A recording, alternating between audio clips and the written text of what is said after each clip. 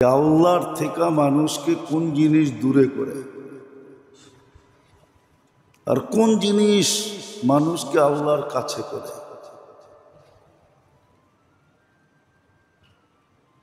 নাইলে শয়তান কোনোদিন শয়তান হতো না।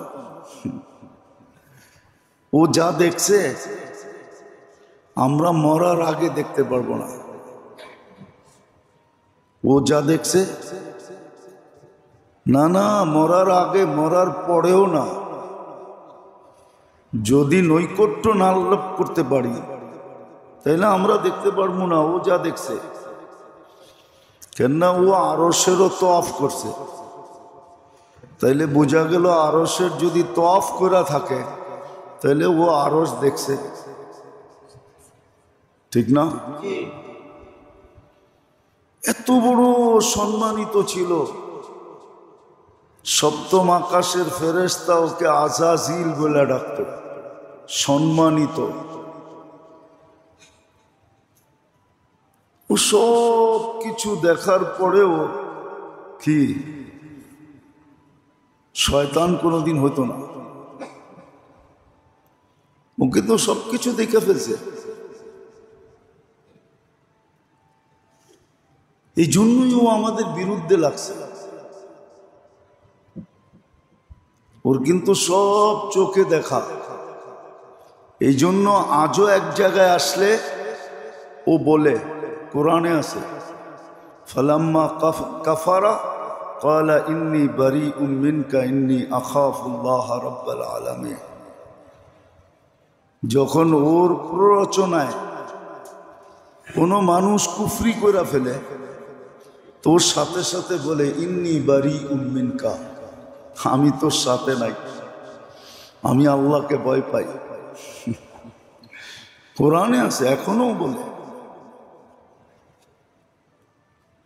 এই জন্য আল্লাহকে কাছে করা, কোন জিনিস দ্বারা মানুষ আল্লাহর থেকে দূরে সরে যায় আর কোন জিনিস মানুষকে আল্লাহর কাছে করে। একটা কথা এটারও ভাবা উচিত, প্রত্যেক জিনিসের কিন্তু স্বাদ আছে। স্বাদ কি? আচ্ছা, আমরা যে দুনিয়ার ভিতরে নাক ডুবায়া লাগছি, স্বাদ পাই তো লাগছি, ঠিক না? না স্বাদ পান্নায়? পান্নায় স্বাদ? হ্যাঁ,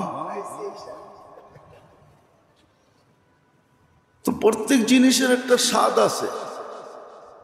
আল্লাহ পাওয়ারও একটা স্বাদ আছে, মজা আছে। আর আল্লাহ যারা পাইছে সত্যই, যারা আসলেই আল্লাহ পাইছে, ওদের স্বাদের ধারণা করতে পারবেন না আপনি যে ওরা কত বড় স্বাদের ভিতরে আছে। ওই স্বাদ আপনি আর আমি অনুভব করতে পারবো না। নাইলে বেলাল রাদিয়াল্লাহু তাআলা আনহুর কাহিনী, যে বুকের ভিতরে, গত জুমায় মনে হয় বলছিলাম, বুকের উপরে চাটান পাথরের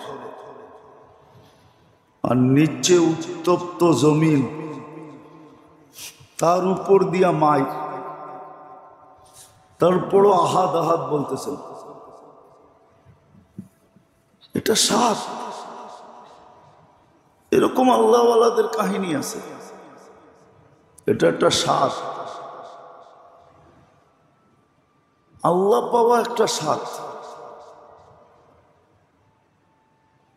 আর এটাও সত্য, আল্লাহ না পাওয়াও একটা বিপদ। মুসলমানকে আল্লাহ বলে দিছেন, তুমি যদি আমাকে না পাইলা তাহলে তোমাকে উলঝায়া দিব। উলঝায়া বোঝেন? উলঝানো বোঝেন না? তোমার ডাইল চাল কিন্তু মিলায়া দিব, এটা বোঝেন? কবেন খিচুড়ি পাক করে ফেলবো না, এটা ডাইল চাল মিলানো, এটা না। অনেক কিছু একসাথে মিলা যাওয়ার পরে বাঁচতে হয় না, আলাদা করতে হয় না, এটার নাম হলো উলঝানো। বেড়াতেরা বোঝেন? বেড়াতেরা? আর এটাও বোঝেন না? বোঝেন? বেড়াতেরা বোঝেন? কি? হ্যাঁ, একসাথে সুতা, যেরকম সুতার বান্ডেল প্যাচ লেগে যায়, খুলতে খুলতে খুলতে সারাদিন পার হয়ে যায়। আল্লাহ বলে এরকম তোমাকে উলঝায় দিন। হ্যাঁ হ্যাঁ, সত্য। কামের কাম কিচ্ছু হবে না। কামের কাম সারাদিন খালি দৌড়ে যাবে। কামের কাম কিচ্ছু হবে না। কামের কাম কিচ্ছু হবে না, সারাদিন খালি দৌড়াবে, উলঝাইয়া দিবে। বেড়া তেরা লাগায় দিব, প্যাচ লাগায় দিব, প্যাচ। এটা তো বোঝেন? আল্লাহ বলবে সর্ব কামে তোদের প্যাচ লাগায় দিব, প্যাচ লেগে যাবে। এটা ছুটাইলে ওইটা আসা পড়বে, ওইটা ছুটাইলে আরেকটা, একটার পর একটা আসতেই থাকবে। এটা মুসলমানের ব্যাপারে বলা আছে। হ্যাঁ, দুটা কাজ করব, দিলকে তোমার গরিব বানায় দিব। দিল গরিব। ও আমলাউ ইয়াদাকা শুগলা, তোমার হাত দুইটা ব্যস্ততা দিয়া বইরা দিব। এটা মুসলমানের হবে। এই জন্য আমাদের শিখা উচিত, জানা উচিত, করা উচিত যে আল্লাহর থেকে আমাকে দূরে করে কি,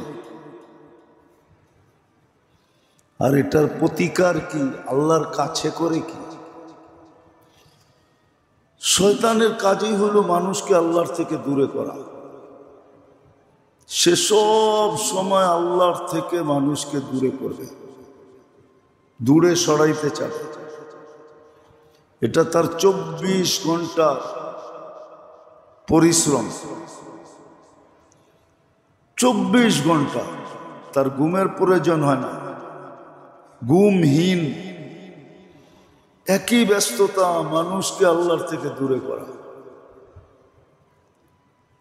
এটার প্রতিকার কি? এটার প্রতিকারের জন্য আল্লাহ দিছেন, আল্লাহ সহজ জিনিস দিছেন, সহজ জিনিস দিছেন। একটা কথা দেখাই, সারা দিনও করতে পারেন, আবার সারাদিন যদি সুযোগ না থাকে তো একবারও করতে পারেন। যেমন হাদিসে আছে যে ফজরের নামাজের পরে 10 বার সূরা ইখলাস পড়বে। কি? ফজরের নামাজের পরে কয়বার? কঠিন, অনেক বড় না? কি কন? অনেক বড় না সূরা ইখলাস?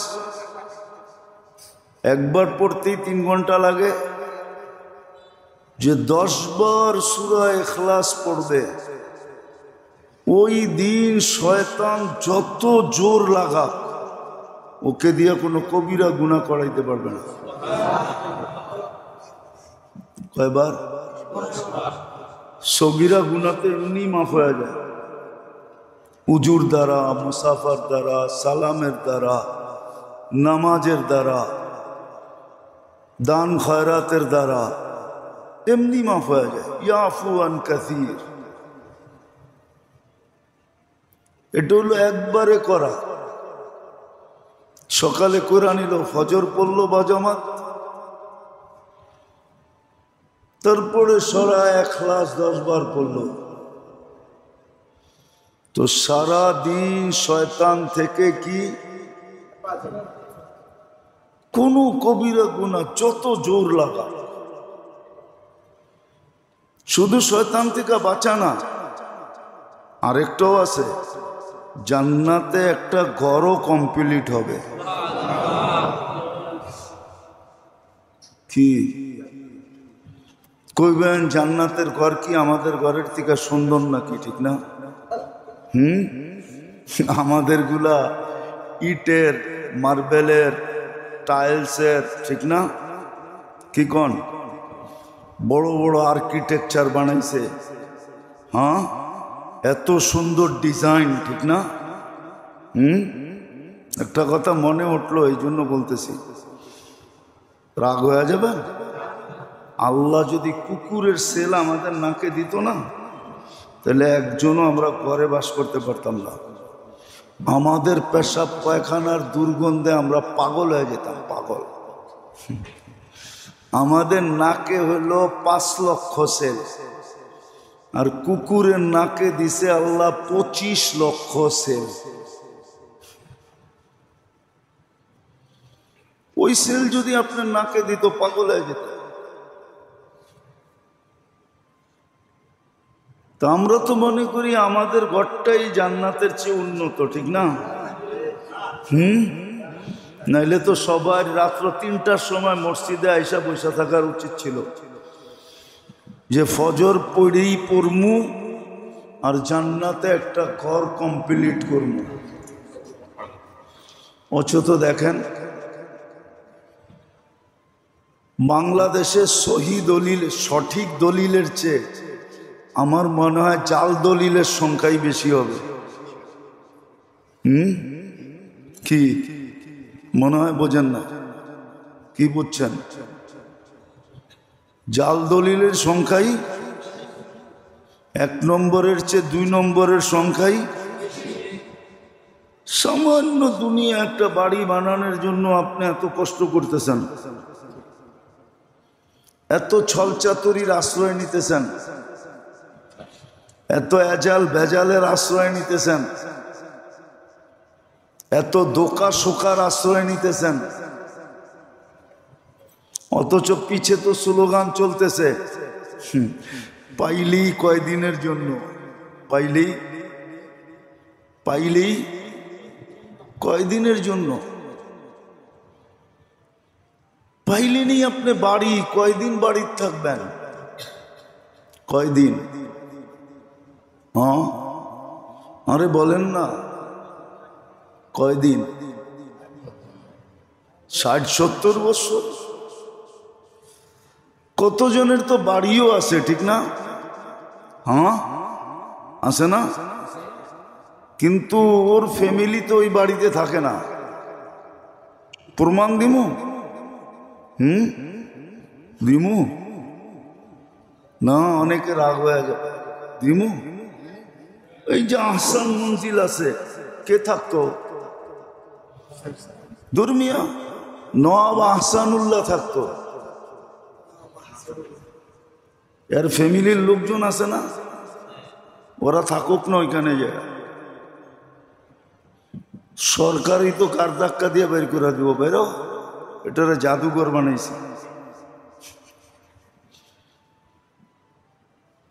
তা আহসানুল্লাহর ফ্যামিলি তো আছে, আছে না? আরে যান নবাব বাড়ি যেয়ে জিজ্ঞেস করেন, ওদের কয়েকটা টেস্টি আছে না, আছে না? কে কোন বংশের আছে না, থাকুক না যা। এত বড় মাঠ, এত বড় বাড়ি, কি মাঠের ভিতরেও তো খিমা লাগায় থাকতে পারে, ঠিক না? হ্যাঁ, কি দিব থাকতে? হ্যাঁ, বাড়ি আছে, বংশ আছে, থাকতে পারে না, ঠিক না? সত্য তো? হ্যাঁ, এরকম কয়টা দেখাবো? সারা বাংলাদেশে অনেক আছে, গোষ্ঠী জ্ঞাতি সব আছে। আমি তো বলি, আবার শুনলে মিডিয়ায় কথা চলে যাবে, আবার ওনারা খারাপ মনে করে কিনা। বলে এই আহসান মঞ্জিল না বানায় যদি মাজার বানাইতো, তাইলেও মনে হয় কিছু কামাই এখান থেকে আসতো, তাইলে খাইতে পারতো।